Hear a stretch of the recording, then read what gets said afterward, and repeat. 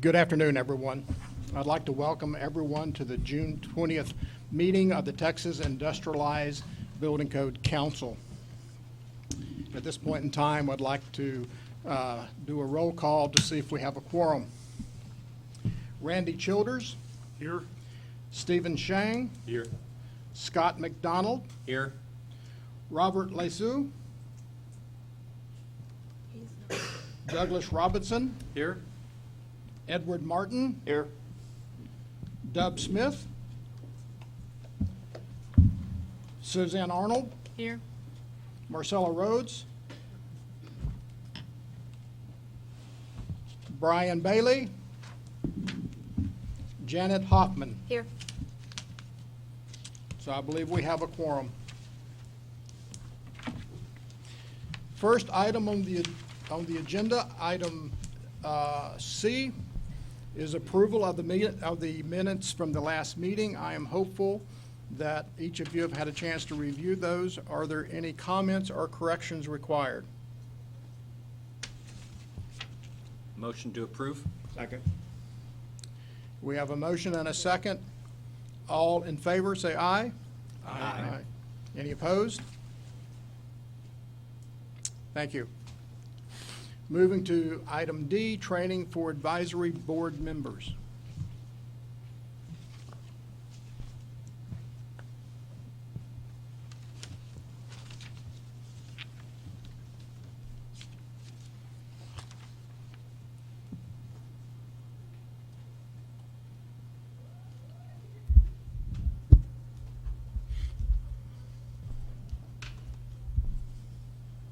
Thank you. Good afternoon. My name is Molly Fudel. I'm an Assistant General Counsel here at TDLR. And my apologies for it saying advisory board members. I should say council members, because you are a council. The agenda says that we're going to be going over the Open Meetings Act, as well as the Public Information Act and the Administrative Procedures Act. But actually, we're only going to go over administrative procedures. Recognizing that some of you just completed the Attorney General's training on open meetings and public information. But if you have any questions about that, I'll be here after the meeting if you want to talk one-on-one. Excuse me. So going right into the Administrative Procedure Act, how it relates to you as council members is it provides a structure for rulemaking. So you'll engage in rulemaking probably in the next few months as a result of legislation that's just been passed, and also because we are in the process of doing our four-year rule review to update the rules. The Administrative Procedure Act's purpose is to establish minimum standards for state agencies to follow when doing rulemaking, and also to provide the public an opportunity to participate and see how rulemaking happens. So it's all about open government. When we're talking about a rule, we're talking about a statement that applies to everybody. So all IHB registrants, or whether they're certified or not. We're not talking about the internal workings of a state agency like an org chart. We're talking about something that implements, interprets, or prescribes law or policy.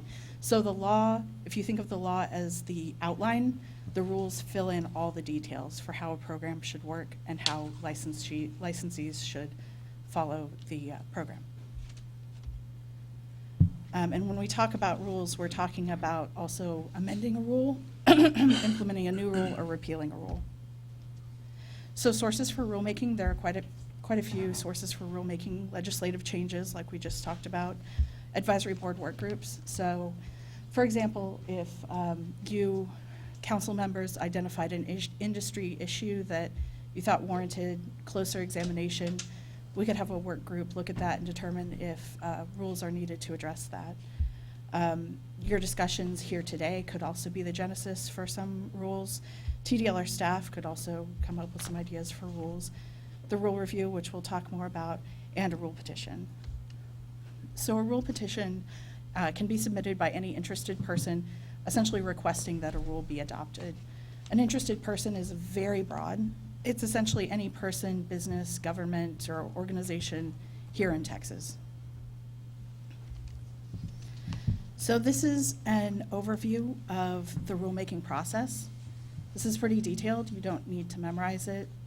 We've got you covered. I just want to give you an overview of how it works. So it starts off with the idea for a rule, and then drafting and reviewing of the rules, which is usually done by staff, maybe in conjunction with a work group. Those rules are then sent to you, the council, to look at, and you can, excuse me, vote to publish them, propose them in the Texas Register, which is published by the Secretary of State's office. And that gives the public 30 days to look at the rules, figure out how it impacts them, and comment if they'd like to. Once we get those comments back, GC, the General Counsel, reviews the comments and the rules, and we do that in conjunction with RPM staff. And we might recommend rule changes based on those comments, or we might not. But we'll bring those rules and the comments back to you to look at a second council meeting. You'll review those rules and the comments, and you'll make a recommendation to the commission. You might recommend to make changes based on the comments, or you might vote to recommend adopting the rules as proposed. That's up to you. So then the commission will look at your recommendation and the rules and the comments, and then they will take a vote on what they want to do as far as adopting rules. If they vote to adopt rules, we'll publish that in the Texas Register, and the rules will become effective 20 days after that. The next slide is an overview of the rule review process. Again, you don't need to memorize this, but because we are doing a 4-year rule review, I wanted to go over it with you. So every 4 years, state agencies are mandated to take a look at their rules and determine if they're still necessary. So we start by filing a notice of intent to review rules, excuse me, in the Texas Register, and the public sees that and has an opportunity to comment, a 30-day opportunity, and tell us what they think.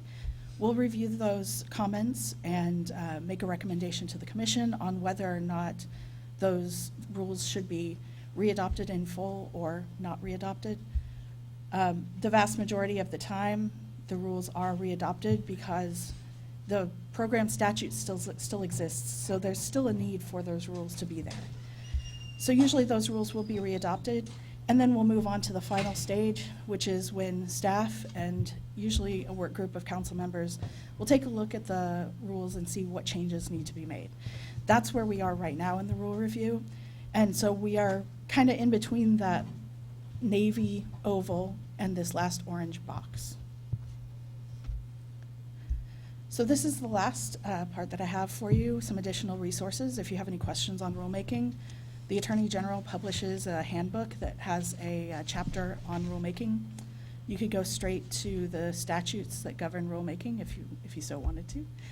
And you could also go to the Secretary of State's website to look at some of the rules that are being published and adopted, if you're just curious. Thank you.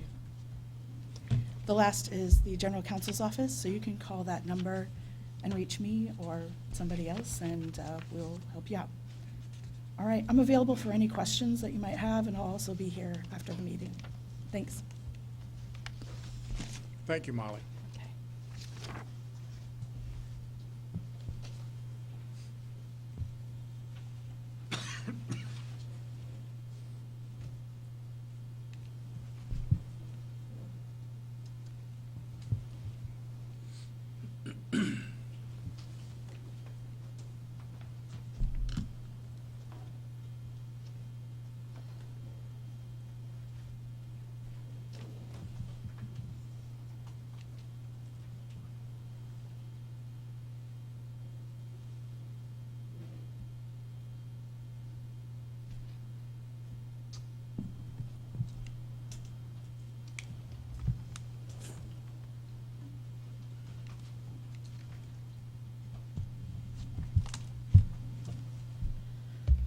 So good afternoon. I'm Donna Lipke. I'm the program manager for the IHB section. I'm going to do a brief overview of how the program works. I sent you all some documents a couple weeks ago by email that gives a more detailed overview. So relevant statute and rules. So first we have Texas Occupations Code, Chapter 51. That's an enabling statute for TDLR. From that, rules are written for enforcement procedures and general licensing requirements.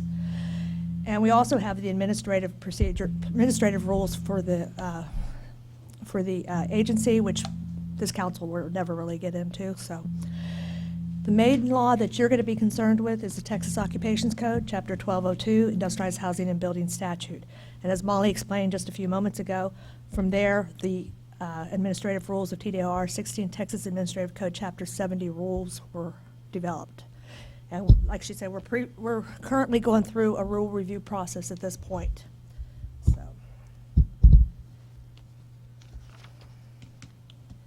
So why do we regulate modular construction?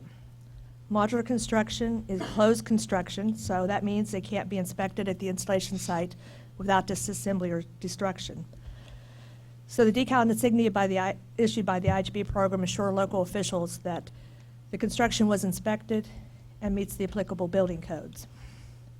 So you might consider it similar to a product listing on a building, though.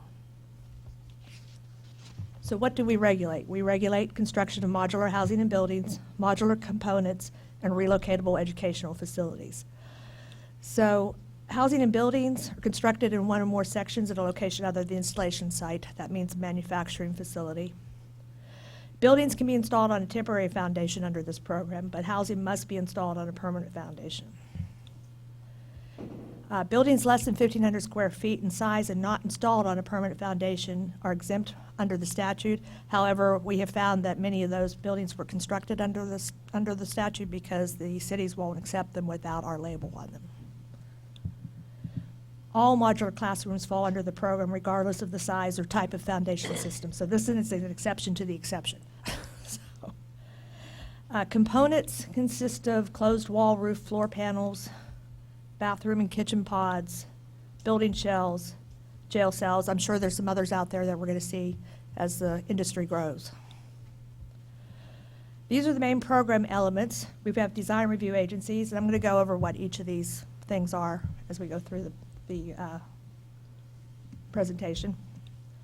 The manufacturer is the one that actually labels the building once it's been constructed and inspected and meets the requirements of the program and the mandatory building codes. Council-approved inspectors, the industrialized builders, who are retailers, installers, installation permits, installation inspections, site-built REF builders, and recertification of relocatable buildings. These are buildings that were constructed under the program that are altered. So a design review agency is a third-party provider responsible for plan review and approval. This is the process for the design review agencies. They submit an application. If it's processed and reviewed for compliance with the criteria for approval, which was set by this council. If the application meets the criteria for approval, we issue interim approval and make a recommendation to the council for that the council issue final approval. Once the council approves them, then we issue a registration certificate. These are the council stamps of approval. These are the approval stamps that go on plans to show that they've been approved by a DRA. The first one requires a signature of the DRA manager, and it's required on all cover pages, index pages, and table of contents pages. Because the DRA doesn't want to sign every page of the construction plans, we also have an alternate stamp that can go on other pages. So that's what the stamps of approval look like. The manufacturer is a person who constructs or assembles modules or modular components in a manufacturing facility. I'm going to give you a brief overview of how that process works. So they register with TDLR as a manufacturer, select a DRA to review plans and manual. Once those plans and compliance control manual, the DRA reviews and approves those manuals, and once they're approved, the manufacturer is ready for a certification inspection. This agency does the certification inspections. So they submit their request for inspection to TDLR, and we schedule the inspection. Once the inspection is performed, if the manufacturer meets all the requirements, they're certified, and now they can purchase the certification labels to place on their buildings. The manufacturer labels the units, and they can release the unit to industrialized builder. So these are what our labels look like. These are the decals that go on sections of buildings or housing. These are supposed to be permanently applied. This is what the insignia looks like that goes on modular components. The picture here is of a jail cell component. We have a couple manufacturers that construct those, and they just plug them into the structural frame on site. So who are council-approved inspectors? So that includes any third-party provider approved to perform inspections by the council. Includes third-party inspection agencies, third-party inspectors, and third-party site inspectors. It also includes Texas licensed engineer, as long as they are on our list published on the IHB website. And all they have to do to get on that list basically is send us in an application saying they want to be on the list, that they're willing to do that type of inspection. So the ones that are registered by TDLR include the third-party inspection agency and third-party inspectors. Third-party inspectors always work for a third-party inspection agency. And third-party site inspectors. Third-party site inspectors can only do inspections of installations and the construction of REF buildings, which are relocatable, site-built, relocatable educational facilities. And the approval process for these third parties is the same as for the DRA. They submit their application, we review it for compliance with the criteria for approval, and issue interim approval, and then bring it to the council for final approval. So an industrialized builder is a person who is responsible for retailing and or installing modules, modular components, and REFs. The subcontractors are not required to register, but the industrialized builder is responsible for their work. Subcontractors must be licensed in other areas if required by other statutes, such as electricians and HVAC contractors. The industrialized builder is responsible for all construction on the installation site, and they're responsible to ensure that all required inspections are performed. This is an actual foundation for a house, a duplex that was installed in the Austin area. So, installation permits. An installation permit allows a person who will own and occupy a building to be responsible for all or part of the construction related to the installation. So, in lieu of releasing to an industrialized builder, the manufacturer can release it to somebody who has an installation permit. Also, an industrialized builder can release the house or building to a permit holder if the builder is not responsible for the construction on site. Commercial installation permits are for industrialized buildings only. The permit holder is responsible for all construction at the installation site, including the foundation. Residential installation permit is for industrialized housing constructed to the IRC. Permit holder is responsible only for the construction described on the permit. For example, they may want to construct their own porch or deck. Relocatable educational facilities. So this is section 1202.004 of the Occupations Code. We call them REFs for short because that's a mouthful otherwise. So an REF is a portable modular building capable of being relocated. Can be built at a manufacturing facility or can be constructed at the installation site.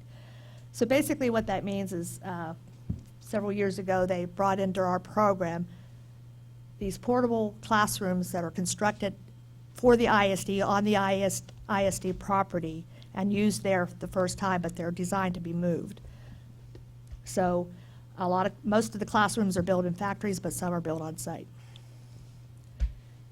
And they're used primarily as an educational facility for teaching the curriculum under the Education Code. And it falls under the program if it was purchased or leased by the school district on or after January 1st, 2010. So recertification of relocatable buildings. So these are relocatable buildings can be recertified under the IHB program if altered. So these are buildings that were originally certified under the IHB program, and now there's going to be some changes to the building, so they can get them recertified under our program. The process is similar to a manufacturer, except they get their plans approved.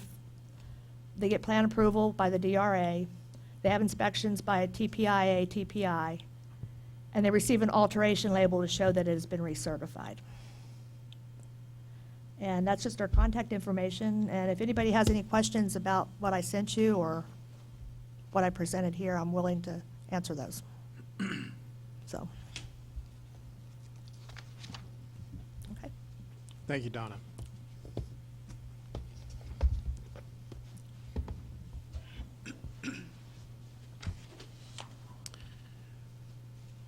Moving on to agenda item F, public comment. If anyone wants to make a public comment, they should have filled a form out that is on the table as you enter the door to the left. If you have one, please provide it to staff.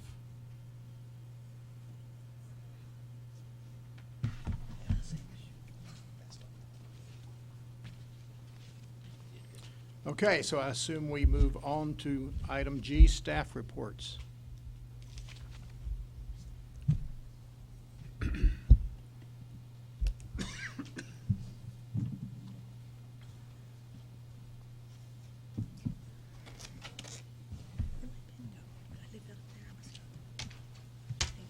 Good afternoon, Chairman Brown and council members, Chloe Whalen, licensing. The only report I have for you today is going to be your statistics, so if you have any questions regarding those, I'll be glad to answer any questions that you may have. Okay.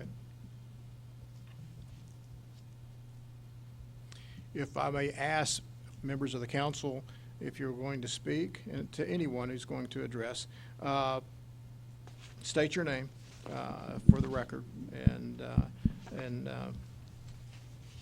so we can get that documented. Are there any questions for Chloe?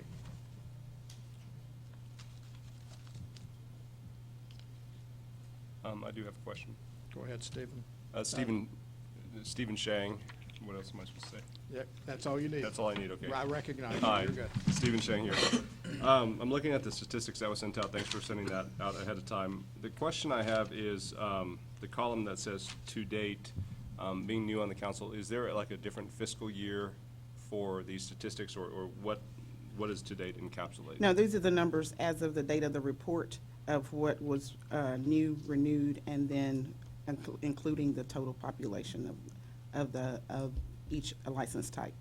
Gotcha. So FY 2019, that would be for For the fiscal full, year? yes. Full year Mhm. 2019. So we've got 34, and then to date just means two. At the time of the report, we only had renewed, for instance, the manufacturers, we only had completed 2 new applications, 23 new applicants renewed their license, their So that would be registration. like from January to April or something like that? Yes, sir. Yes, sir. Yes, sir. Okay. So does that mean that we're actually having a slower year this year versus previous years, or is it a seasonal type thing? Well, now, for our fiscal year 2019, this is up until what quarter we in? I guess the third quarter, up until the third quarter for all of those numbers. Okay. So it's not a full year yet, not I until gotcha. August 31st. Oh, I got you. So fiscal year 2019 Yes. is year to date? Mhm. I got you. Okay, thank you. You're welcome. And that's starting with January, correct? No, September 1st. September, okay, To September August 1st. All right, 31st. thank you. Any other questions for Chloe? Thank you very much. You're welcome.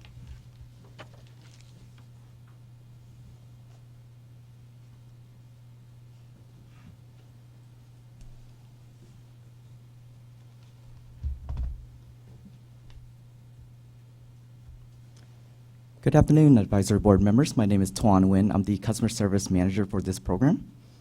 So since the last time we met, looks like we've got about 31 contacts per month for the IHB program. The stats compared to last year has been very similar. Hasn't went up too much, haven't deviated a lot from that as well. A lot of our customers are still calling in about website navigation and compliance questions, which we would direct them to our RPM email, and a lot of them gets the help from there. But other than that, I'll be happy to answer any questions y'all have for me.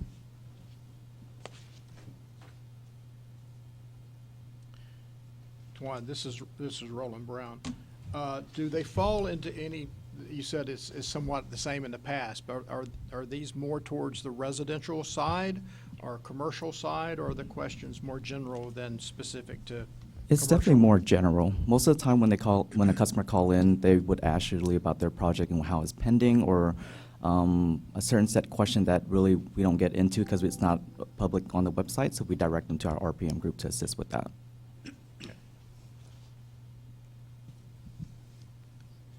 Council, any other questions?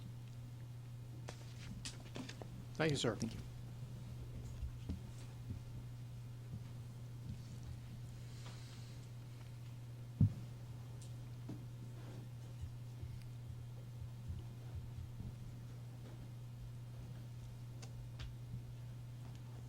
Good afternoon.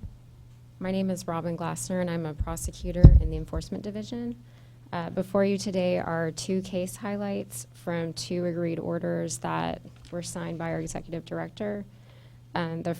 These are both residential built units that had complaints filed on them.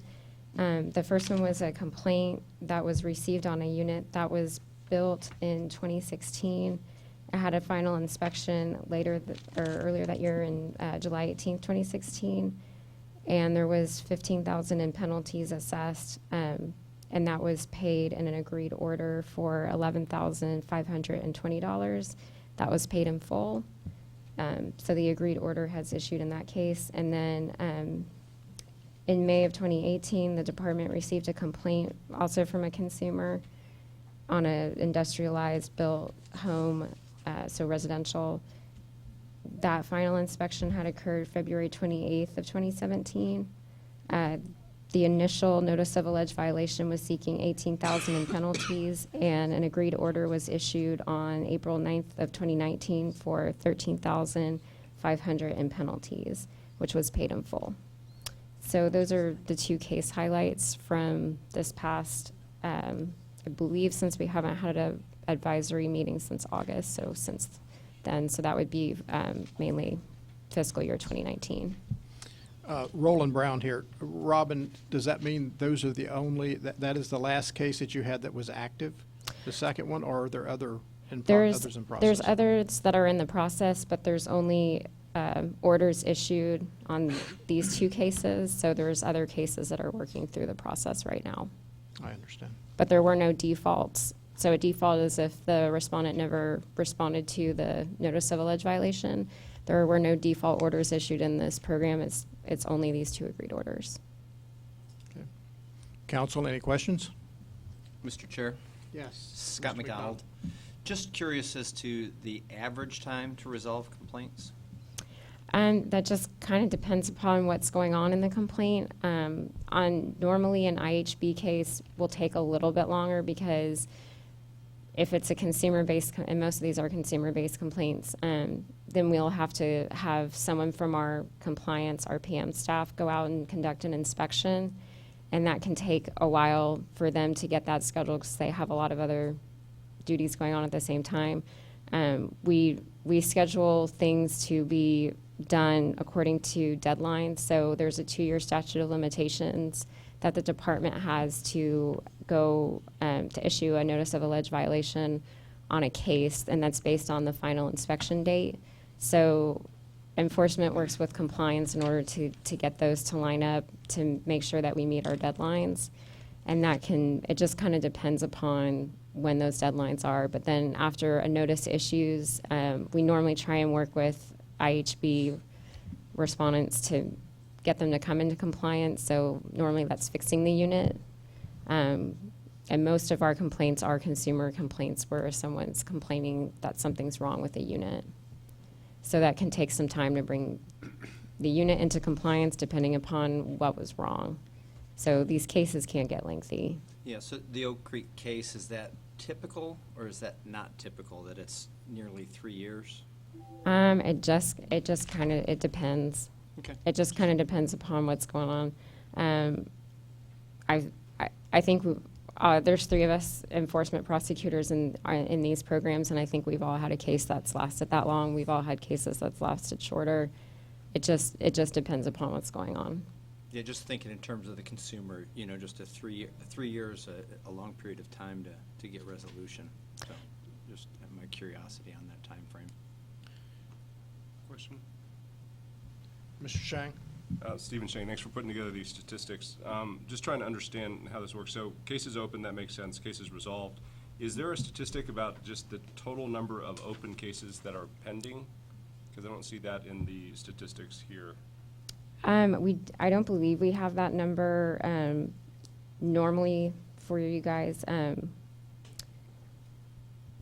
because Just it trying to get can, a sense of the caseload. yeah, because it can because some of the problem is a case might get opened in another fiscal year, but it's still pending for into the next fiscal year. So the way we've been running our statistics is based on the number of cases that are open at the time that the reports ran versus like what fiscal year that case was opened in.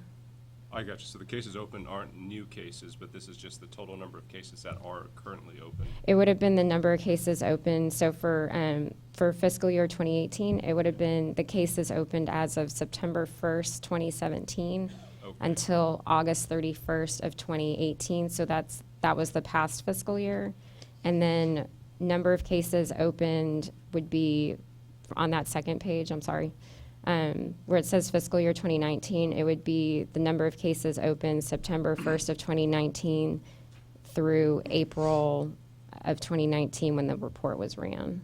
So if you take 2018, for example, how are we resolving 24 cases if only 18 were open? Are they just from That's previous the year? that's the passover from the previous year. gotcha. That's holdover that like we might have either been in an investigation, that case might still be an investigation, or it might be in a prosecutor's hands waiting to get NOAV'd, or it may have waited and the notice is issued and we're waiting to get resolution. So it could be like at several different stages. Okay, thank you. Mr. Chair. Excuse me. Yes, Mr. McDonald. Molly Fudel, do you mind? Molly Fudel, Assistant General Counsel. I just got word that there are currently 18 cases open in the IHB program.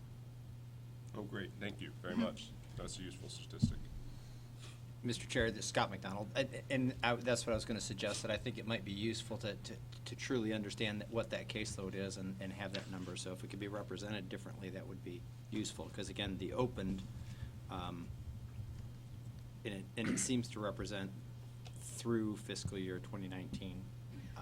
If that in fact is the total open load, that's helpful. I concur. Just to clarify that. Thank you. Robin, Roland Brown. So how does this relate back to the consumer? The department enforcement levies a fine, but that's payable to the department, correct?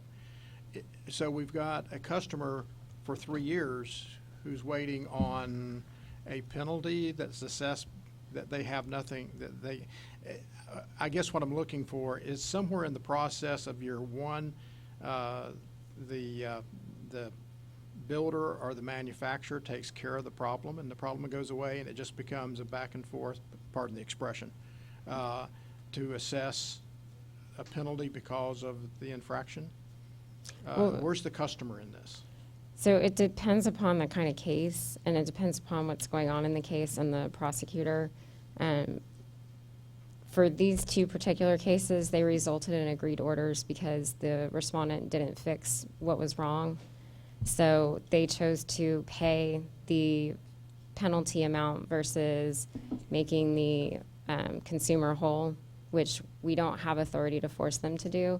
So if we send a notice and they decide it's too expensive for me to fix the consumer's house, I just want to pay the penalty, then they would sign the settlement agreement, send it back to us with a payment, and that's how the case would be closed, because that's the only thing that the department would have the ability to do. So the recourse for the customer at that point in time is what?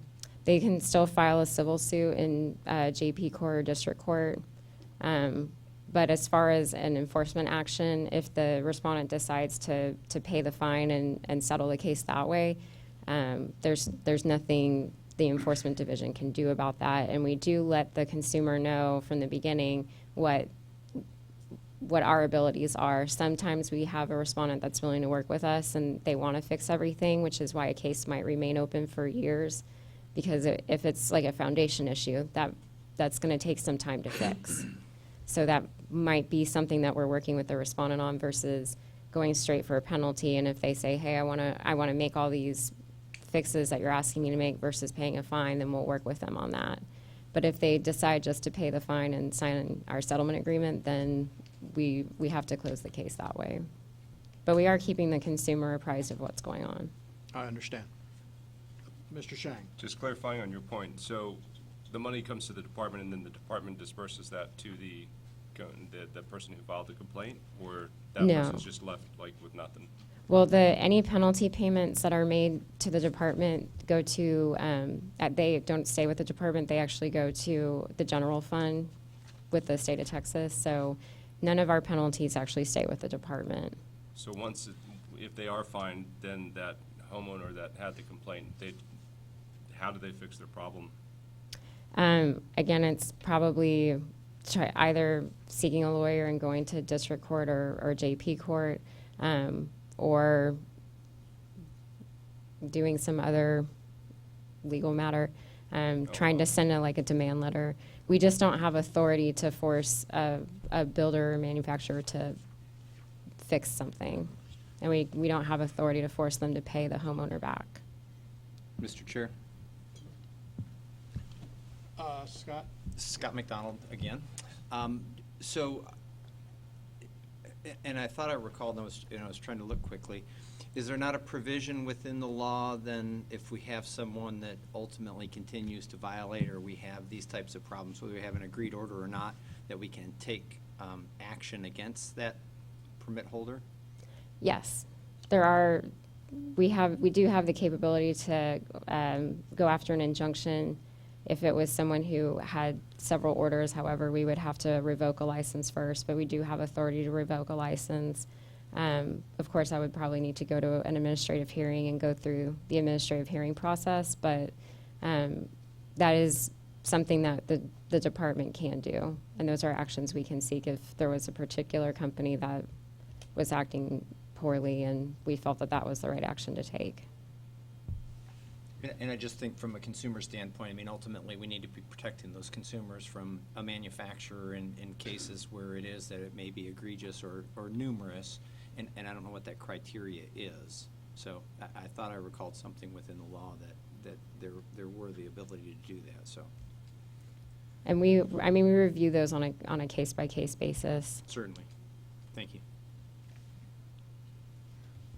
Mr. Chair, Randy Childers. Robin, I have a question. So I know the two cases probably have a bunch of criteria that's different. So where did the $15,000 to start with come from? And in the second case, the $18,000, is there a chart? Is there a matrix, the beginning seeking the notice of alleged violation, seeking X number of dollars? Where does that number come from? So each program that we regulate, and I'm sorry, is it the Oak Creek Homes one? Yes. Oh, no, the Platinum. Because they're both different. I'm sure they've got Yeah. different things that were going on, but I'm just kind of curious how you get to those, how the department gets to those amounts to start. So every single program we have has a what we call an enforcement plan, and those are available on our website. Each one is, so you can see what the different level of violations are. So what we would do is look at what violations occurred from the inspection reports that were created by our RPM staff, and then we would, and it kind of depends upon the violation, we would allege a certain number of violations depending upon what it was. So there's some things that we might group. If it's several of the same violation, we might group those into one and only charge one violation. There's other things where we might charge individually if it's something particularly egregious, and there's ways to differentiate them, like several things being wrong with a foundation. We might charge each one separately, since it might be something with the piers, and another violation might be something with I'm sorry, I'm not the technical expert. Something with the walls on the foundation, the walls weren't constructed correctly, like that might be two separate violations in that instance.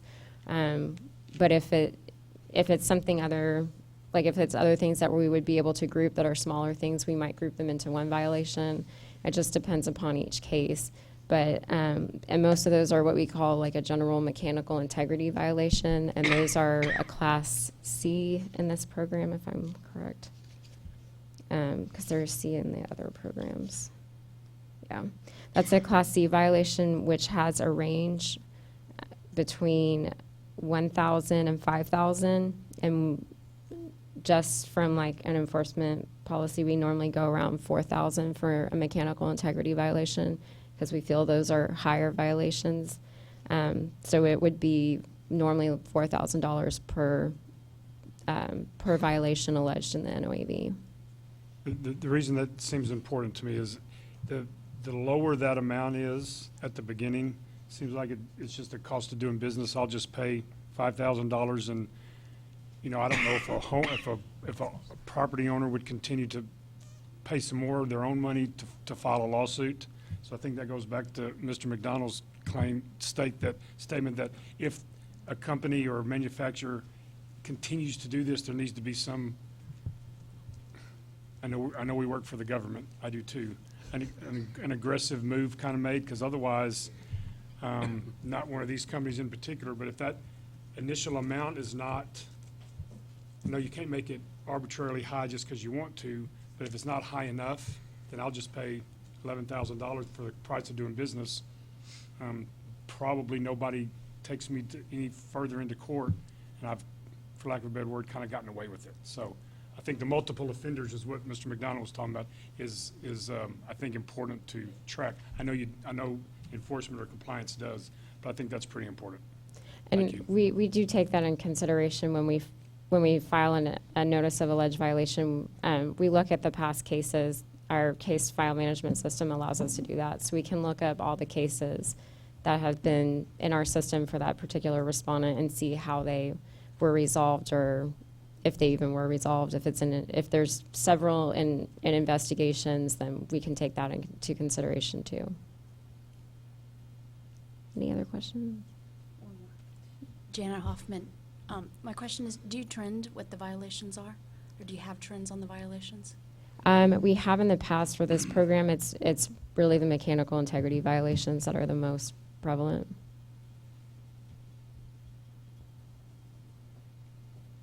Any other questions? Council, any additional questions? Robin, thank you very much. Thank you.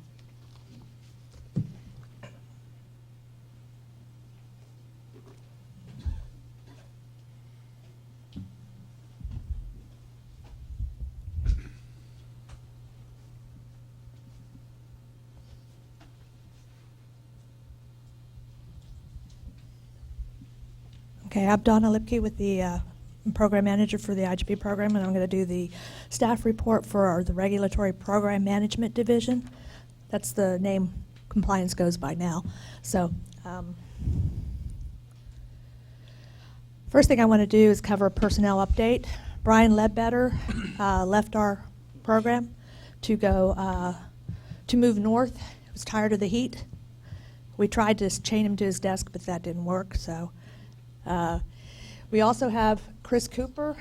She's a multi-program specialist. She works mostly with the IGP program right now, filling in the gap for Brian. For the new members, I also want to introduce some of our other staff.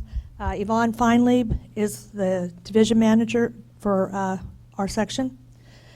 Carmen Marshall is another special program specialist, multi-program specialist, working mostly with the elevator program and helping out with IHB. And Catherine has disappeared. Oh, there she is. Catherine Vaughn, she's kind of the lifeline of the program. So she handles our database and a lot of the questions that we get. She knows the program inside out. So, and Kelly's not here today. She got away with getting to go on vacation today. So.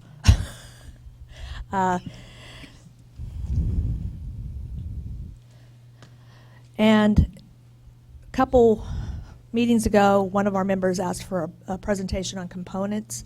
Unfortunately, he's no longer on the council, but he was interested in how they're installed. Chris Cooper is going to be presenting that, and I'm going to let her take over from here. Okay, get it started.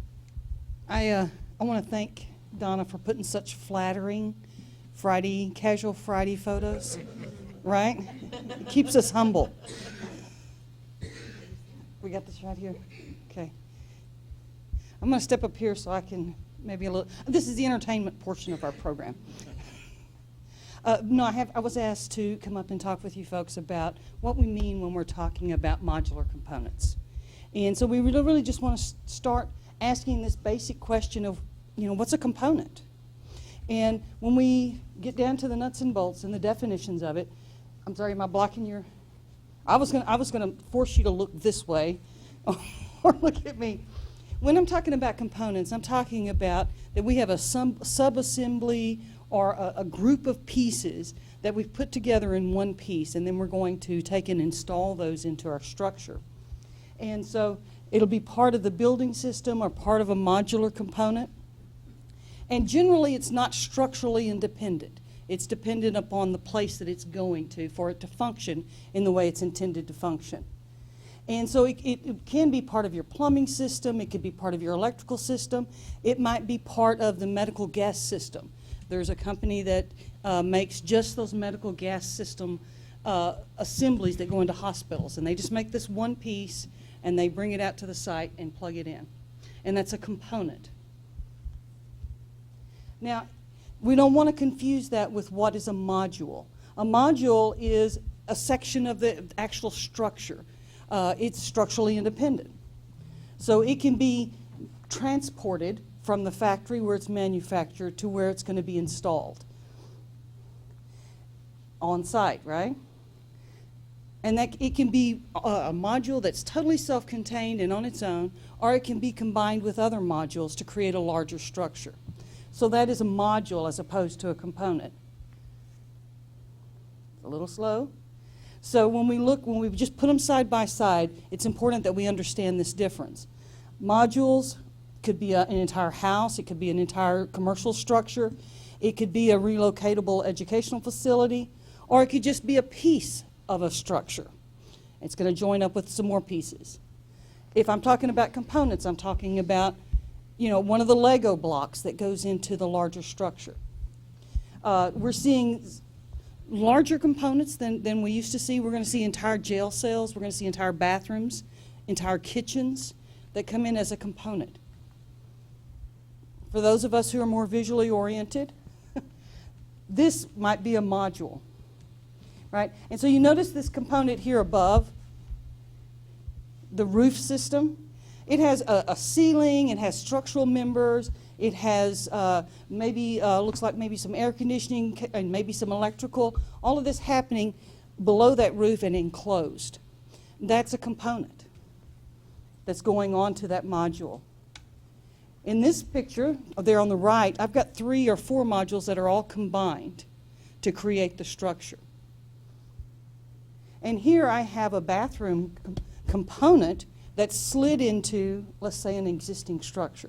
It could just as easily, or into a site-built structure, it could just as easily be a factory structure that we plugged that bathroom component into. Which, we need to clarify a little bit of our terminology. When we're talking about open construction, we're talking, and this is as opposed to that assembly that's all closed up that is going to go into our module, that component. When we're talking about open construction, we're talking about what you often see on a construction site where we've got a portion of the building or the structure that it shows all the mechanical things that are happening inside, whether that's plumbing or electrical. And so it's available for the inspector to look at so he can confirm on site that everything is as it should be. This would be an example of that, what a typical inspector on a site would see. He would actually come up and say, this looks a little sketchy. We may want to look closer at this before I approve for you to close that structure up and make that so I can't see it anymore. Correct? So that's the reason we put these insignias or decals on these components.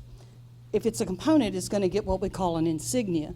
And that's going to say that the state of Texas is performing an inspection in the factory and certifying that it's safe to be installed, that it meets all the requirements of the code. This is the state of Texas providing that assurance to your local jurisdiction. That also is in play if they put a decal onto a module. That's saying that this entire module, the one that's up in the air, has been built to the building code, meets all the safety requirements, it's fine to bring into your community. And in fact, a local jurisdiction can't refuse a structure that has a decal on it because the state of Texas is saying that it's been inspected already. So again, as I said, this is to assure your local jurisdiction, your local inspector, that everything's good to go, Now, the local inspector is going to be responsible for it once it gets there, making sure it's put together correctly, making sure that everything that happens on site is the way it should be. So on every component, or with every component, some components are so small they can't have a data plate, but every component that ships out and arrives in Texas from wherever has to have a data plate. And that data plate is going to list who made it and what their registration number is with this program. It's going to give the insignia number and the serial number, a unique number that is specific to that one part. It's going to list all the building codes that it complies with. So you see what the assurances that we're providing that local jurisdiction. We go down the list. We describe any limitations that may be on it. Maybe it can't be in high wind. Maybe it can't be any closer than 10 feet to a structure that might be, have a high probability of being fire, right? Are there firewalls and that sort of thing on it? So we've described all the limitations on this building. How tall can it be stacked? Buildings will also have a data plate, again, bringing all that unique information that applies only to that one building. The thing is that a building will also include the decal numbers and the insignia numbers for all the components and all the pieces that are put into it. So when that building comes in, it may have 3 insignias and it may have a components and it has all these other numbers, but as a package it will totally describe everything that's happening in that module. Again, it'll have all the nuts and bolts and all the pieces, down to giving the occupancy group and the type of construction. Again, what are the restrictions on the building? What requirements are there for the building? This is an example of a factory data plate, and it'll list all the things down to the appliances that are installed. We've got a video that Donna's going to show us here in just a second. We've got the first 3 of these blocks in Neopod and Pivotech. They create modular restroom components. And then Steel Cell and Tyndall, they create gel cells. And so we just wanted to kind of give y'all an overview of what happens with these components.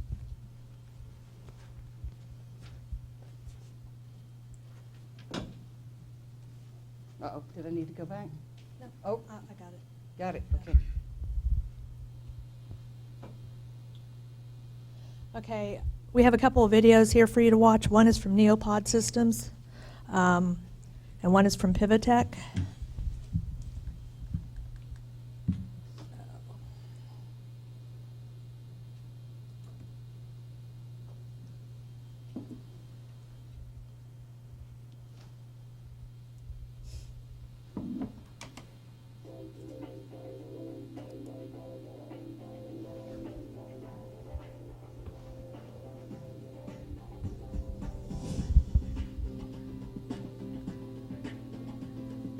I have been in this industry for 25 years now.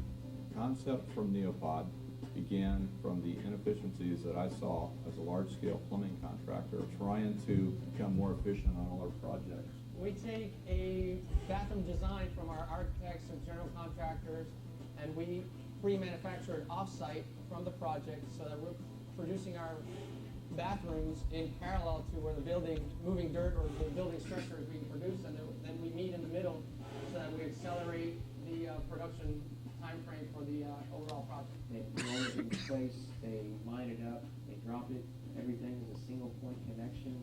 I mean, it's just literally that simple.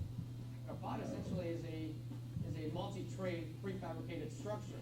We build to your specifications, your colors, your tile selections, your plumbing selections, your cabinet selections.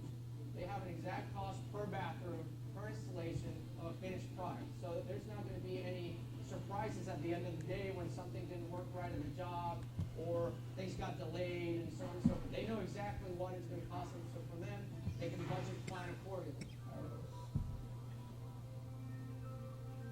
When you think about a hotel room or a dorm room or something like that, it's 4 walls and a bathroom. Within those walls, you have maybe carpet or vinyl or tile and a bed and some furniture, and that's it. It's pretty straightforward, not a lot of work to do. However, when you get into the bathroom, you got 5, 6, or 7 trades trying to all coordinate in a room that's 8 by 10 if you're lucky. Most times it's 5 by 7. So by us taking that out of the equation and building it in parallel with a structure and other elements within the building, you've cut back a significant amount of time from the actual construction project. And it's all, again, in a controlled environment. If you're missing some product, it's pretty close by. You're not on the 7th floor having to wait for a buck hoist to go down, and it takes you an hour to get a new tool that you forgot in your truck.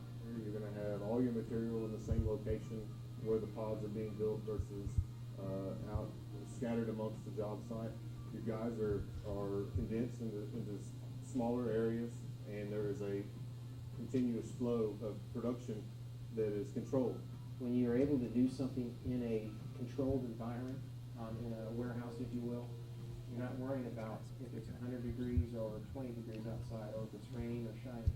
You're able to expedite your schedule, make it go faster, and I think in the long run, you're saving yourself time and money because you're not having to do rework that is poor quality.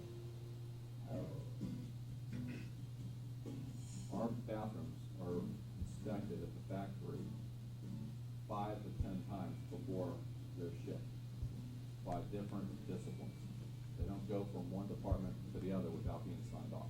In a traditional construction where you may have 1 or 2 supervisors going around once a week and maybe see a bathroom once, and then maybe when they're doing the final punch out, we're seeing it at every single stage of the process. So each one of our employees is a quality control manager. So when a pod is finally shrink wrapped for a shipment, there is virtually no punch list. You have less waste. A lot of the prefabrication that's implemented into production of pods helps prevent waste.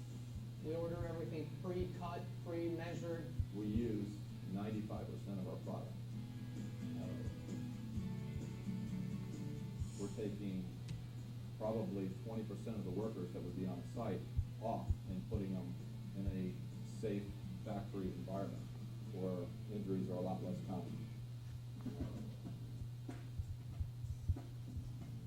This is a somewhat new technology within the United States. It's been used in Europe a lot in the past 30 years. We'd like to get involved at schematic or even before ink is put on paper, so that we can drive a little bit of the design, at least in certain elements, and gain the most benefit out of it.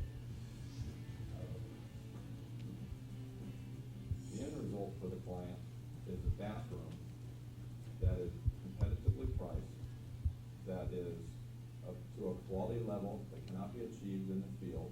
And we're building it in a shorter amount of time. So that ends up in saving a lot of money for the client and a lot of time. They can get in sooner. They will have less punch list items. We can deliver it at a specific cost and specific time frame with greater quality that they would see in the field. And most importantly, it saves everyone time and money. And I think that's what the overall goal for any company and any owner is time and money.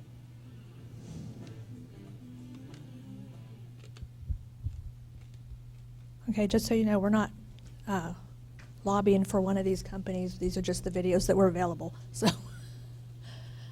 let's see. There's something else.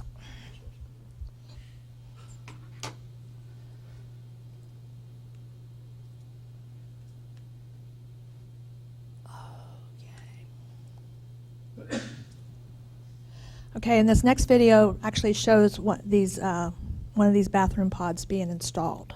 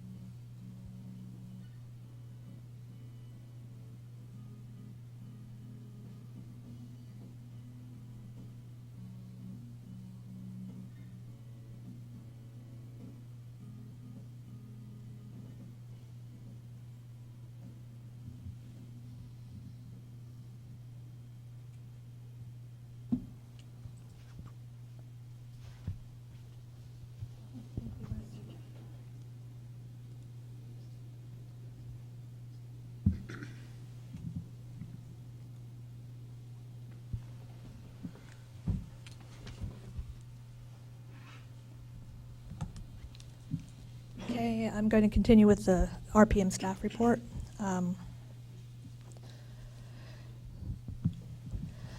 So this is legislation that affects the IHB program or could affect the IHB program. House Bill 1385, which was signed by the governor on 5/24/2019, eliminated the height limits for industrialized housing and buildings. So our program is no longer limited to buildings that are 4 stories or 60 feet in height. House Bill 2546 was signed by the governor on June 14th. It added a new section, 1202-1536, which allows manufacturers and builders of single-family industrialized housing to use either the energy code adopted by this council, which is currently the 2015 International Energy Conservation Code, or the energy code in this state for any single-family residential construction with any local amendments or alternative compliance paths, if the amendments have been found by the Texas Energy System Laboratory as equally or more stringent than the energy code adopted by SECO, which is State Energy Conservation Office. Another bill that could affect some things in IHB, I don't know if it will, but House Bill 852 does not allow a municipality to ask the value of a house in order to issue a permit. 1202.253 of the IHB Occupations Code allows a municipality to adopt an ordinance requiring that modular housing installed in a neighborhood must have a value equal to or greater than the median values of the houses within 500 feet. So I don't know if there's going to be a conflict there or not. Oops.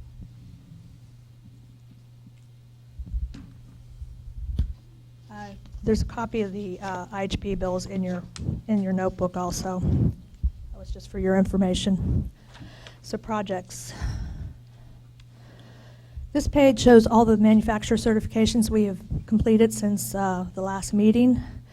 I think as you can see, most of them were equipment buildings or integrators. We'll get into what integrators are a little bit further on.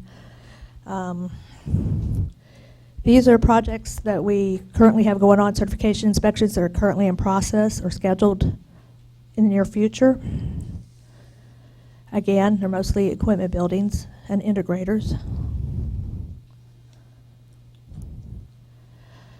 So these are a couple of manufacturers that had some units completed under the 100% inspection exemption to the certification requirements. The first one was a one-time project using the building exemption from the requirements for certification.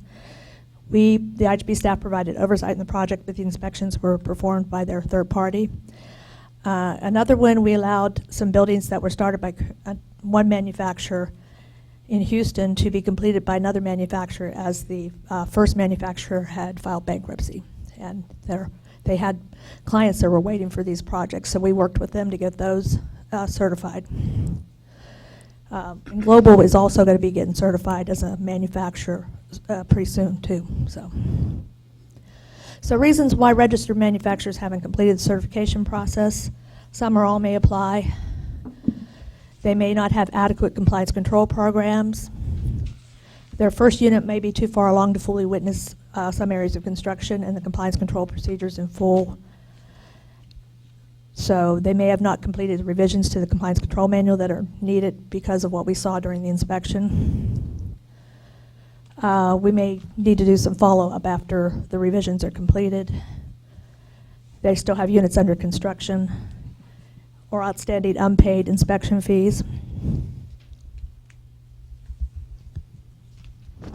Anybody have any questions on any of that? For new members of the council, if you don't know what a compliance control manual is, I may explain that a little bit. That is a manual that the manufacturer uses for their in-plant processes to ensure that they're complying with our law, rules, and mandatory building codes.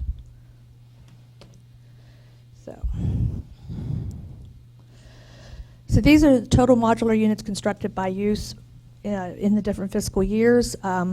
Fiscal year 19 is only through February 2019. As mentioned earlier, our fiscal year starts September 1st.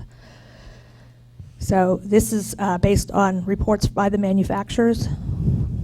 I think we're going to meet or exceed the number of units for fiscal year 18 at this point.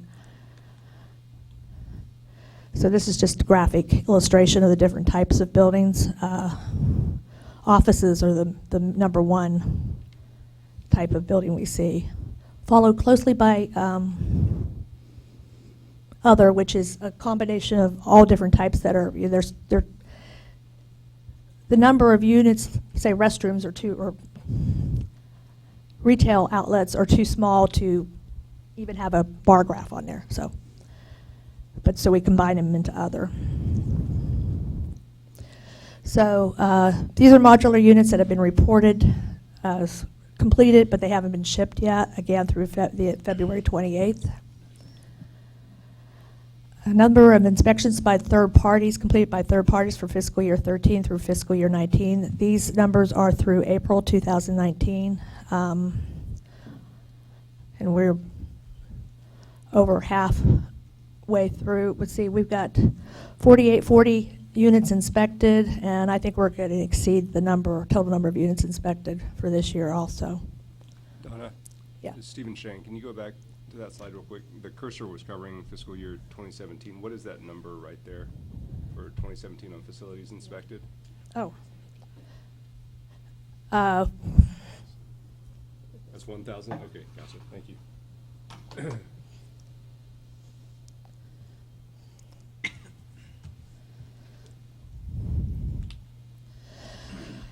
Builder audits. Builder audits, that we audit the industrialized builders, what they install, to make sure that they're in compliance with our law and rules and doing things in accordance with the building code.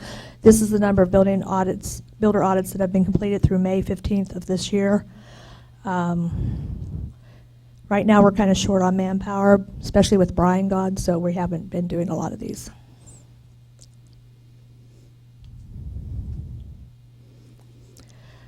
This shows you decal sales for the program. This is what basically pays for our program. Again, we're on track to exceed the amount collected for last year, so it's the modular industry is pretty strong right now, I'd say. Just a graphic representation of the total decal sales, total revenue. This is the total number of decals sold. And again, graphic representation. So insignia sales is where we see the biggest growth, though, as you can see from fiscal year 2018 to fiscal year 2019, and this is only through April 30th. About 5 times more money collected for insignias for components. So that's a big growing industry. Same thing for the number of insignias sold. It's doubled from last year, and we're not finished with the fiscal year yet. And that's it for the staff report. Yes? Can I ask a question? Mhm. Okay, Stephen Shang. If you flip back through the slides that you're going through at the end on the statistics, I mean, I think one of the things we've seen, even with the Modular Building Institute and the industry research they've done, modular's grown about 86% over the last 5 years. I'm curious to know if you were to correlate those charts of growth that you keep seeing, and you keep saying on trend to exceed for this year. I mean, how has the resources or the staffing levels been over the past 5 years? And does this department have the resources to actually support that level of growth and continued growth in modular? That's a question for executive ed to answer. Okay. So I'm sorry I asked you that question then. So this is David Gonzalez, RPM manager, division director. Still have difficulty with that title. We're counting on the current resources that we have to be able to accommodate much of the workload associated with the bills that were passed this last legislative session. The real challenge is not just about manpower, it's about the training that goes along with it. We actually have staff, but we have to make sure they get the required trainings. And in fact, the height restriction removal that was recently passed, that is going to be a little bit more workload. I think with our staff, we've got capable staff, but finding staff that have the qualifications, we're actually competing with some of our peers on the council that have municipal officials. They have to hire these type of people as well to do inspections. So we're competing for those same individuals to get our staffing to get this job done. It is competitive. We have a posting out there. In fact, I'll take this opportunity to plug a senior program specialist position that we have out there right now for Brian's position. We definitely need the qualifications because we're overseeing engineers' work, construction work that is pretty complex, as you can see from the videos. So definitely, we think we have the staffing necessary, but we got to get the training. We got to ramp up, especially when we usually lose our staffing to other individuals that can offer either more pay or colder weather for Mr. Ledbetter. Thank you, David. So, I mean, perhaps this is a item K type item, but is it possible to get some kind of more insight in future meetings on whether or not we're going to meet this demand as the modular industry grows? This is Mike Erisman as Deputy Executive Director. That's an item that we can put on the agenda to discuss. We have to, kind of the executive team has to weigh the industry based on the other programs. As you're aware, we've got 39 programs that we license and regulate, and this is a large component of what we do also. That's something that we can discuss, but I can tell you that we're putting full forces that we have. We do have another individual, Rick Garza, that's in the back, has taken on some of the responsibilities also of IHB. He has that in his job title or description in order to be able to do some work also. So we're trying to throw as many resources as we can for that, and understanding that it's a growing industry. And then as was mentioned by David, with the legislation that's just passed, will provide additional challenges for us, which we believe that we will be able to live up to the task, but it's going to be a matter of how we evaluate and how we look at that in our own structure. Thank you, Mike. Bet.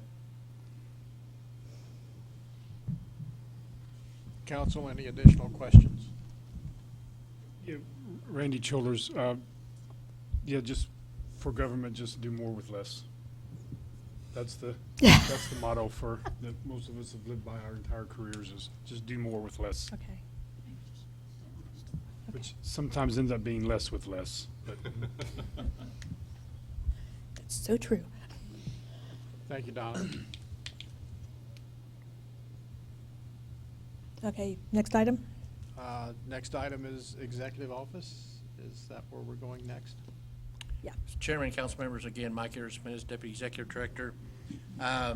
We've had a busy session. As you know, session ended a few weeks ago. Sunday was the last day of the veto period for the governor. And so while we were very busy during session, now is when the work actually begins. Just to kind of give you some quick statistics, there were 7,324 bills that were filed in the legislature. Of that, 1,429 were sent to the governor. 1,229 were signed by the governor. He vetoed 56, and there were 144 that were filed without the governor's signature, which is the gap of the 200 that you see there. So you see that there was a very busy session. We had a lot of initiatives that we were embarking on, and managed to be able to see some of those come to fruition, some of the changes that we're looking for in some of our other programs that would ease the ability for TDLR to do the work and provide licensees the opportunity to be able to get into the business and work efficiently.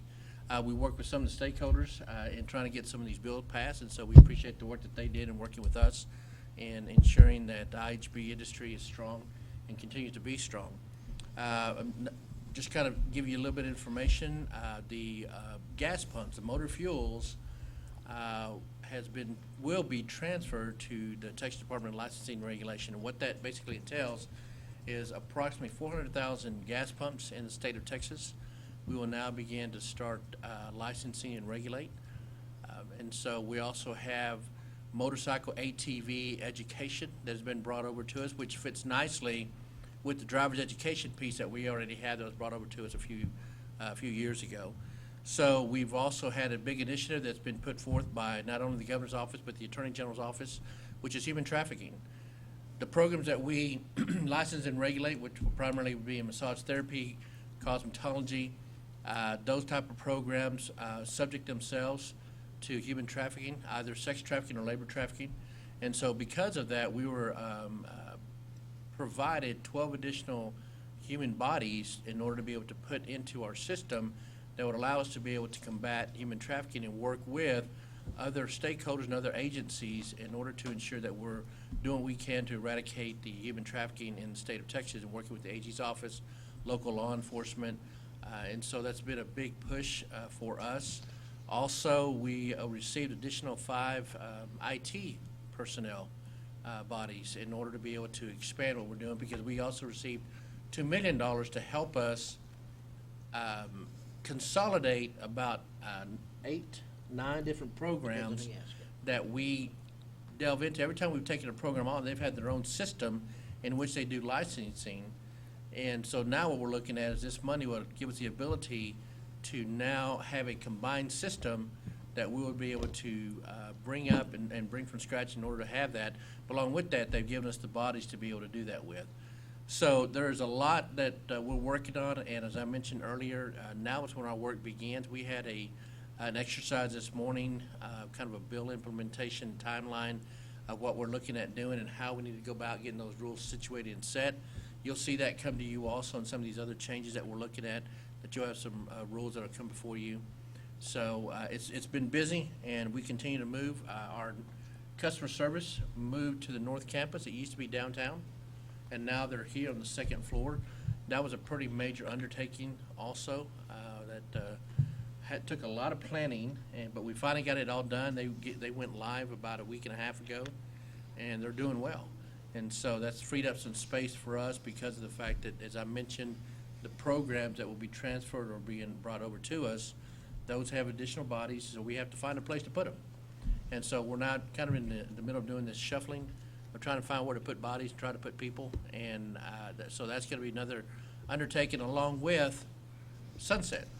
TDLR is now going under Sunset, and so we have kind of a limited review that will be taking place, and we've actually started the process for that with our government relations team and other individuals that we've formed to begin the process of responding back to questions that Sunset has provided to us. So we will have a limited review for this fiscal year, and then the moment we finish that, we'll start another limited review the next fiscal year. But that should get us under Sunset, and Sunset's a great opportunity for us to be able to see where we're at, to see what we do, and be able to kind of tout to the legislature about the efficiencies that we've been able to provide for state government. So I'm available for any questions you may have. Council, any questions for Mike? Thank you, Chairman, Mike. I would also recommend maybe at this time, maybe a short little break. We've been going at it now for about an hour and a half, and I think the lights turning off kind of caused some people to maybe want to doze off a little bit. That's a good suggestion, because I know item I will take some time. So why don't we take a 15-minute break? So everybody be back in here at 1:40. Thank you, sir. Thank you.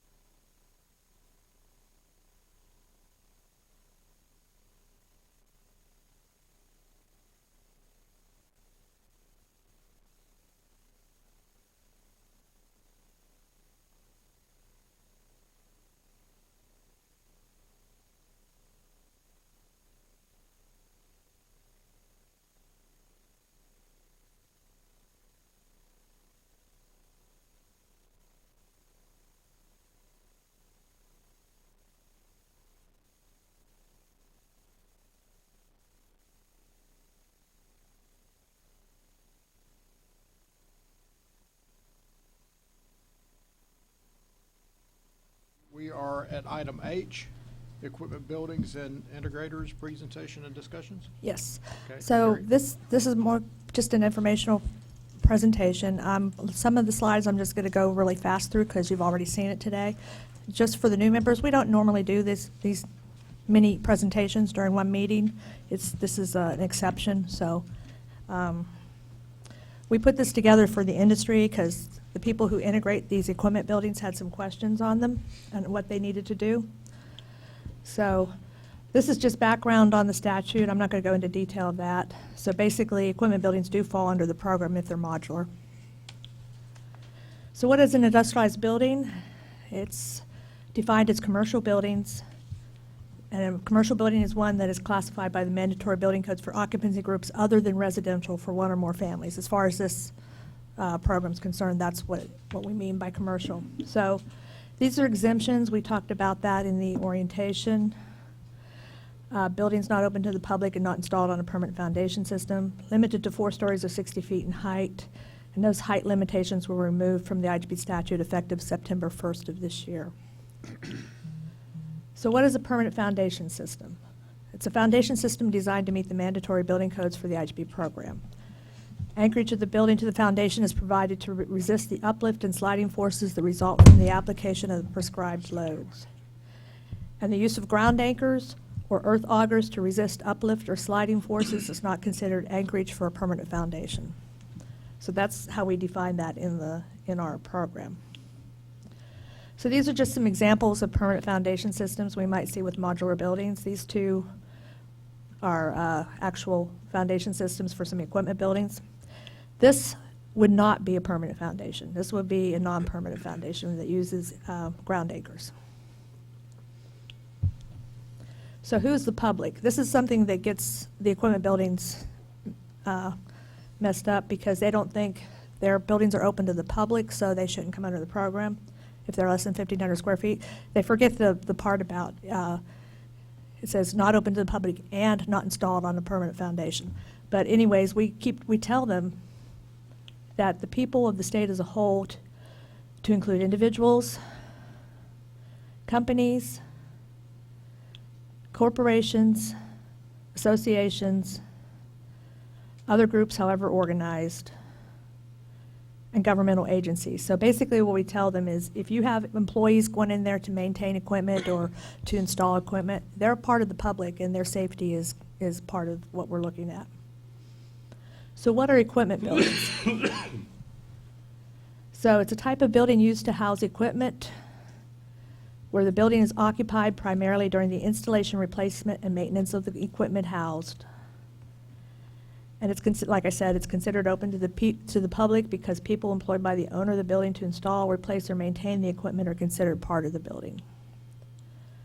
These are just some typical equipment types buildings: telecommunication buildings, pump houses, generator buildings, power control rooms, switchgear buildings, motor control buildings. What is the definition of integration? So this is the act or process of coordinating the independent work of 2 or more manufacturers to merge a building shell for an equipment building with the electrical, mechanical, plumbing, and/or equipment before delivery of the building to the installation site. So manufacturer 1 constructs the building shell, labels it as a modular component. This would be an exception for that. It's not usually structurally independent. In this case, it is structurally independent because there's going to be some more work done on it by another manufacturer before it goes to the installation site. Manufacturer 2 adds the HVAC, electrical, and lighting, labels the building with a certification decal, and ships it to the installation site to be installed. I'm not going to go over this too much. You've already seen this in the component presentation, but basically the shell of an equipment building is a subassembly or subsystem of the completed building system, and the building system is completed by the integrator. Some typical components, again, you've already seen this also. I know some of this is repetitious, but like I said, we developed this for the equipment building industry. So the integrated building is both an equipment building and an industrialized building. How do I know if the building shell was constructed by a certified IHP manufacturer? Well, there's several different ways. You can check the status on our website. Only manufacturers who have completed the certification inspection are found on this list. If they're only on the registered list, they're either have not scheduled or have not completed their certification inspection yet. And some manufacturers may have more than one manufacturing facility. The manufacturer is certified only at the location showed on the list of certified manufacturers. You can also contact us at our IHB Tech at tdlr.texas.gov email address, and we can assist you because we update that list on our website once a month. So if somebody gets certified in the interim, they may not be up there yet. Again, this is the insignia. So the building shell gets a insignia. And the integrator attaches a certification label known as a decal after all construction has been completed, all required inspections have been completed. And the decal is attached in the vicinity of the insignia on the building shell. And that's what it looks like. You've already seen that a couple of times. So how did I become approved as an integrator? Well, you register as a manufacturer. Choose a design review agency to review and approve your construction documents. Choose a third-party inspection agency to perform in-plant inspections. And notify us in writing at IHB Tech of your choices and schedule the inspection in writing at the same email address. And this basically is just the process for becoming certified. It's a little bit more detailed than what I showed in the orientation.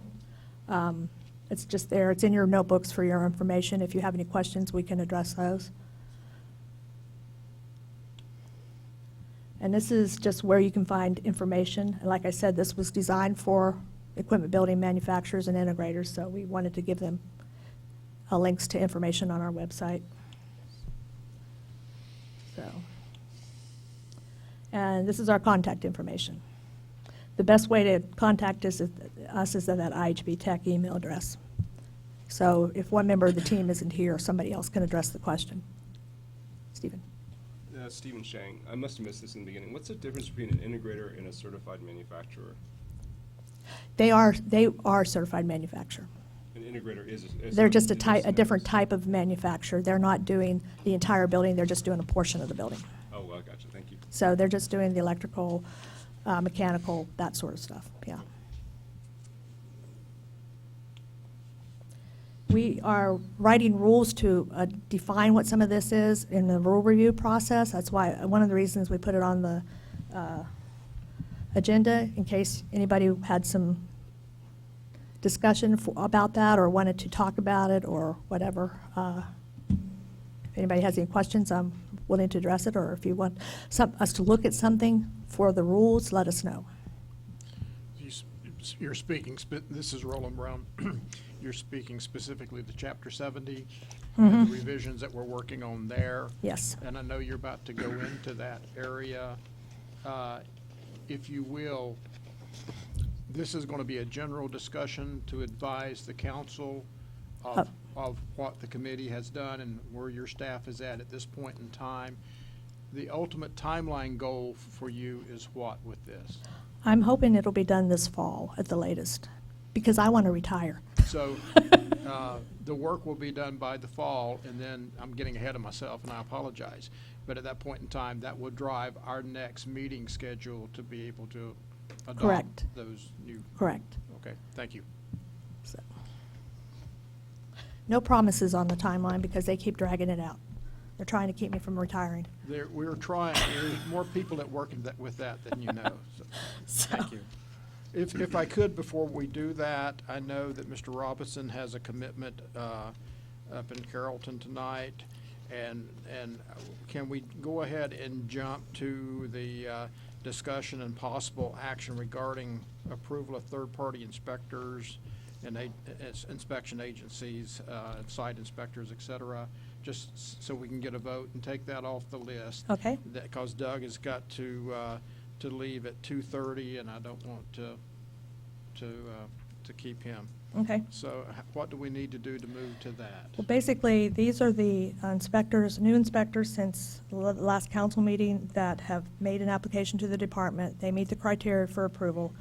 We've granted them interim approval. All we really need is a decision from the council to recommend, to final approval of the inspectors, because the council has final approval for the inspectors. So the list of inspectors, there's 8 third-party inspectors and 1 third-party site inspector. So like I said in the orientation, third-party site inspectors can only do installation inspections. Do I have a motion to accept this list? Randy Childers, motion to approve. Any discussion? Second. All in favor, say aye. Aye. Thank you very much. All approved. Okay, Don, I apologize for that. We'll move back to agenda item I, and you have the floor.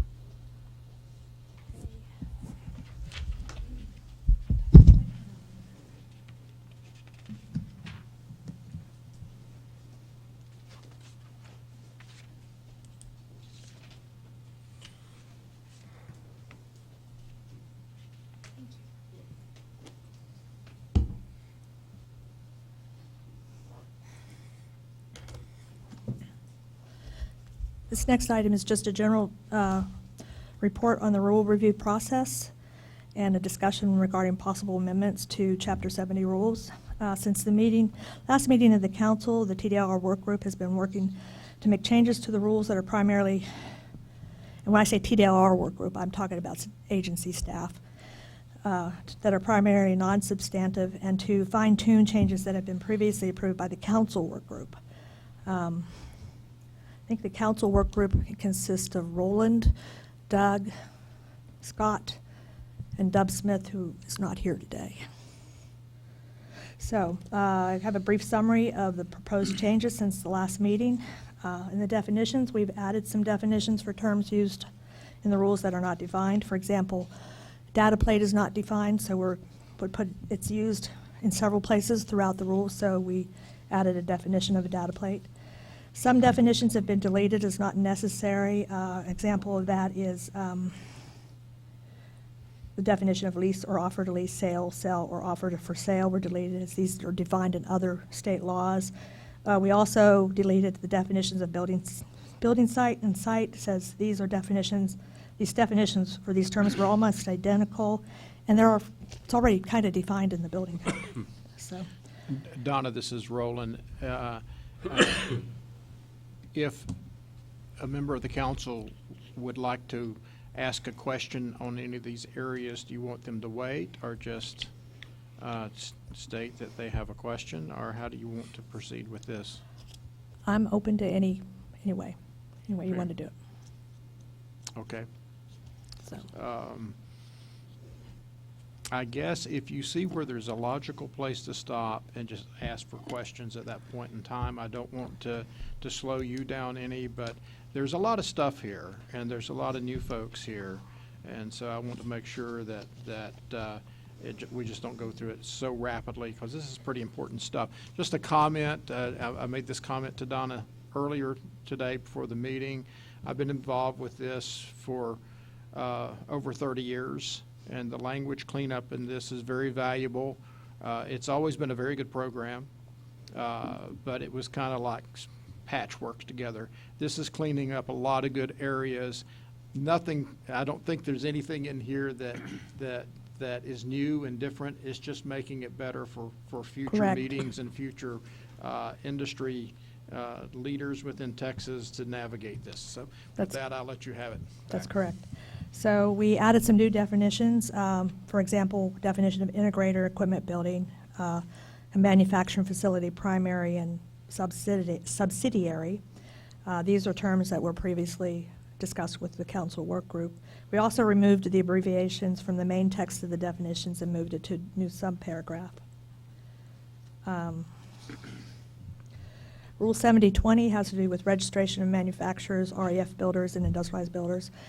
Just for new members and maybe a reminder to old members, REF builders are those who construct site-built REFs. Those that are built at the school district on site and that are actually portable. So there's a different process that those have to go through, and they're registered as REF builders instead of manufacturers. So the rule structure has been reorganized to eliminate duplicative language. Some portions of the rule are being moved to a new section that will incorporate a code of ethics for all the different registrants. This will allow enforcement to take action if an applicant violates the code of ethics. The new language about primary manufacturing facility and subsidiary manufacturing facility have been added, as discussed previously with the council work group. As an example, what that is, we've had in the past, the current rules require manufacturers at each location to be registered separately and go through a separate certification.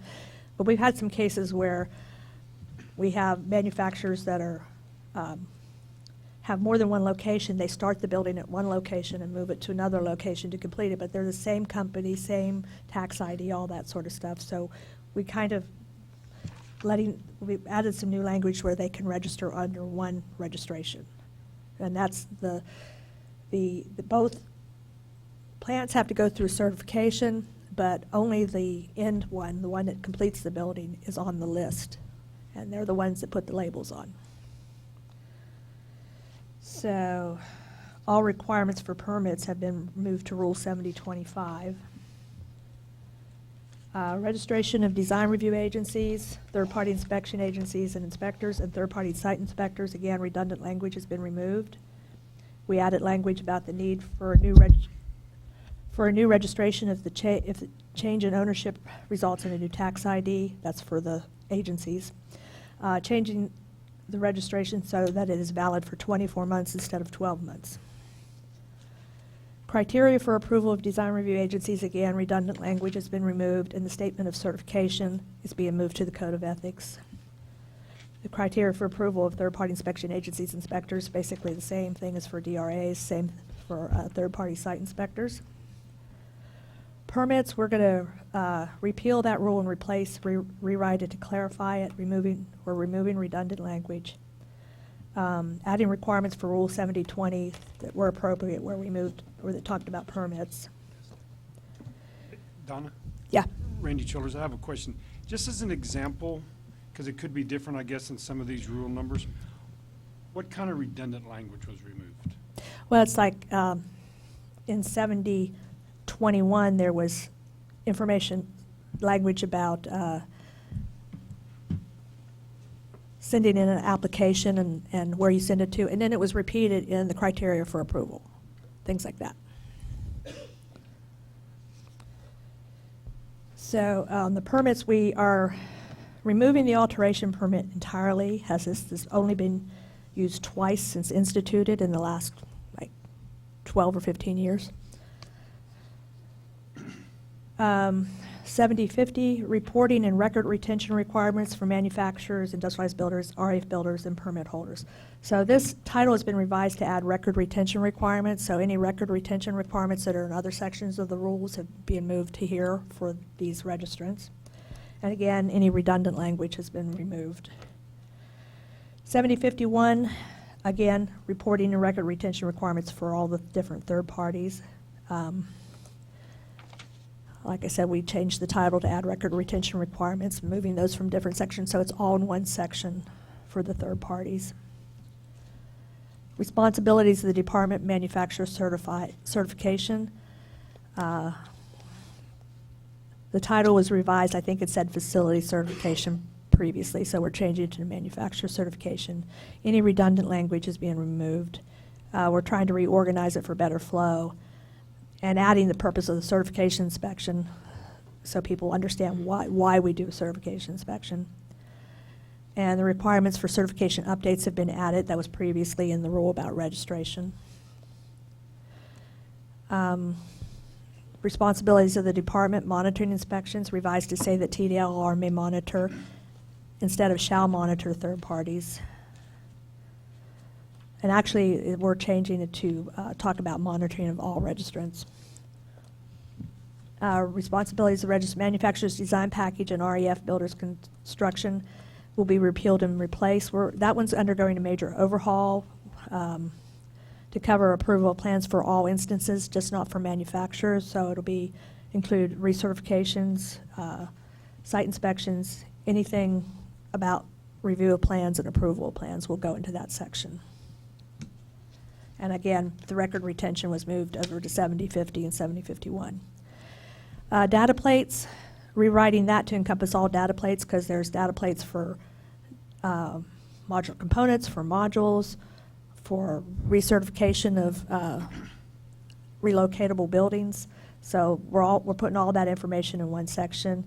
That allows us to combine the language that is similar for all the data plates into, instead of repeating it throughout the rules.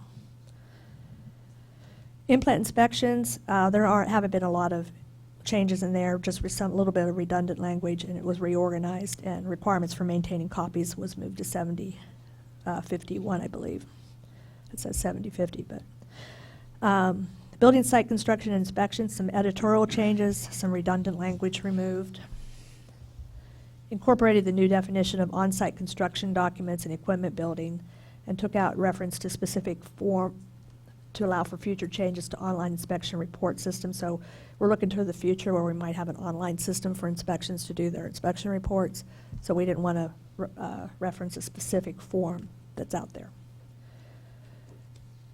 We're actually doing that in the other inspection sections also. Responsibilities of the registrants, required disclosures. We'll revise the name of that section from permit owner information to required disclosures.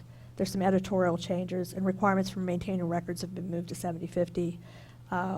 We also, one of the new definitions was certification label, and certification label is being used to describe decals, insignia, and alteration decals. So, responsibilities of the registrants, proprietary information protected, required to revised to include other registrants, other than just manufacturers. Responsibilities of the registrants, certification labels that will be repealed and replaced because of the extensive rewrite. Revise the name of the section from decals and insignia for new construction to certification labels. The section will also cover alteration labels used to recertify relocatable buildings. Added requirements for replacement labels, because occasionally we have somebody who, for some reason, the label got removed from a building and they'd like to get it replaced. Well, we're adding the information of when we will allow that to happen.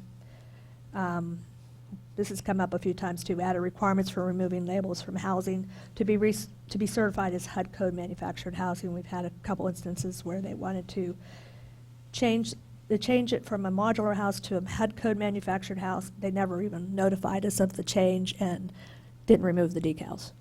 That's, yeah. I won't take up council's time with that, but I'd love to have a discussion with you on the history of that at some other time. Well, to me, it seems like a logical thing to do. If you're going to do that, you need to take off our label. But added information to define how the department controls labels, and added requirements for lost or stolen labels. Amendments to mandatory building codes. We're going to recommend some language for adding an amendment to Article 545 of the NEC regarding electrical testing. Currently, these tests are found in Article 550, which relates to manufactured housing. And we have a lot of people saying we don't do manufactured housing, we do buildings. So we thought we'd just put the requirements in the section on manufactured buildings. That's basically all that is. Alternative materials and methods. We're recommending adding the IAF and PAC as acceptable alternatives for accrediting product certification agencies. And actually, I'm looking at changing how we write that again, because one of these, I think it's the PAC, Pacific Accreditation Corporation or something like that. They recently merged with another entity to become a new entity.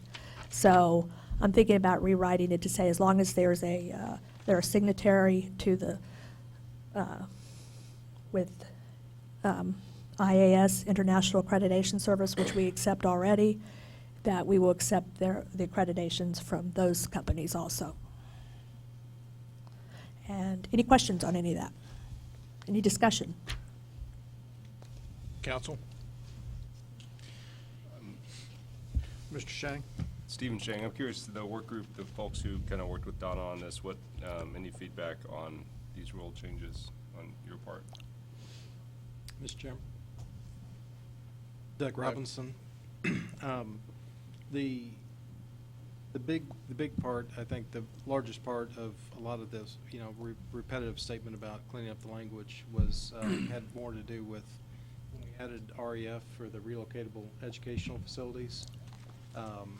That was kind of written standalone, so it repeated a lot of language. And as different changes have come through the years, They've been in different sections, yeah. it's been added. So it's definitely a cleanup where we take everything that belongs in that section and put it there, and all the redundant stuff was taken out. So I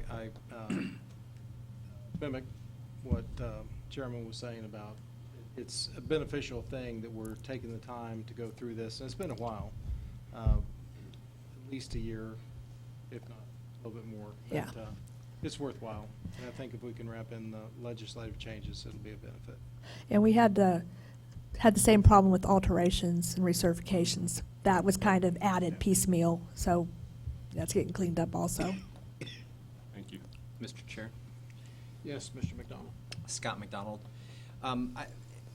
Really, I was going to bring this to kind of a future agenda item as far as having a conversation on enforcement, but also maybe a part of this amending of the rules may include something related to 70-20 or 70-90 as it relates to the licensure, the renewal, and maybe it's particularly with the industrialized builder. So I think it'll be a future agenda item that really will tie into kind of looking at the rules and some of those consumer protections, but I'll talk about that at that point. Okay, and that may... But the work that was done ultimately by Donna, staff, and the committee, I think is absolutely necessary, and it was a bit laborious, and it's been a while and took a while. And the agency staff has taken on the brunt of it, so... Yeah, absolutely. So, and also, you had discussed making a change to the work group. I don't know if you still want to do that. Yes, Stephen Chang has requested to be added, and I think that would be great if he's willing to be part of it. I think more people who understand the history of this as time goes on. I know that the governor's office has definitely given me a line in the sand as for when I can't be on this anymore. So I think Mr. Chang would be a valuable asset since he's one of the new guys. Okay. Yeah, I think they're doing that because the legislature has given them a line in the sand. Basically say you can't serve on a board for more than 10 years, I think it is. Yeah. So. Mr. Chairman, Mike Eversmith is Deputy Executive Director. I think that for some of the new council members that are here, I think that one thing you need to know is that the chair can appoint individuals to kind of a work group, subcommittee if you'd like, and it sounds like that he just made an appointment to that, but just kind of give the council members the knowledge of knowing that as time and time as work groups come up, that we want to stay below the quorum amount for the council as a whole, but the chair can appoint individuals to a work group. Thank you, Mike.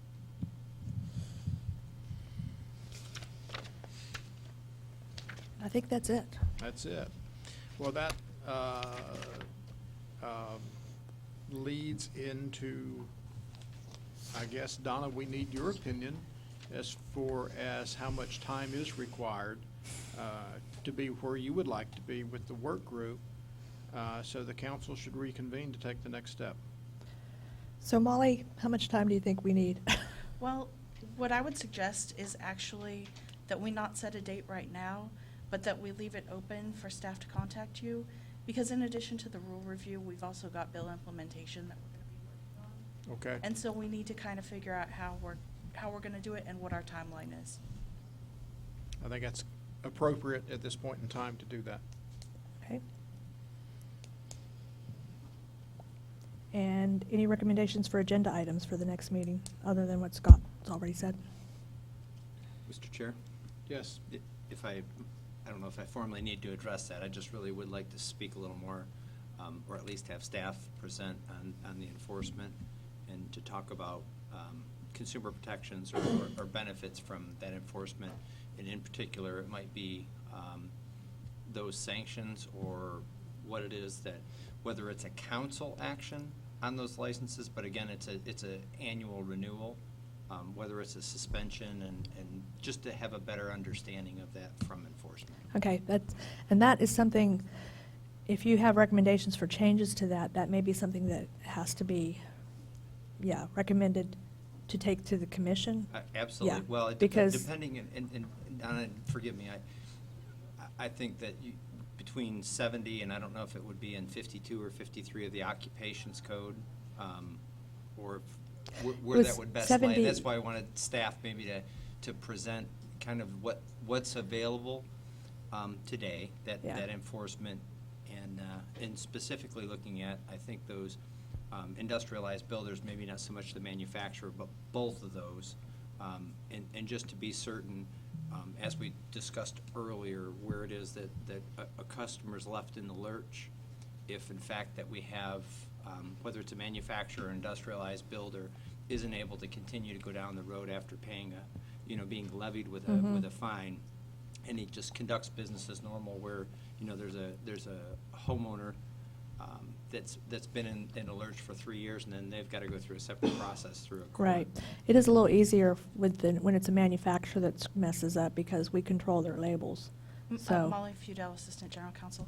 I think it would be really helpful for staff to talk to you after this meeting and get a better idea of what your concerns are, so we can figure out whether it's appropriate to address them in a work group rule change or discussion next meeting, or Sure, just absolutely. discuss it today.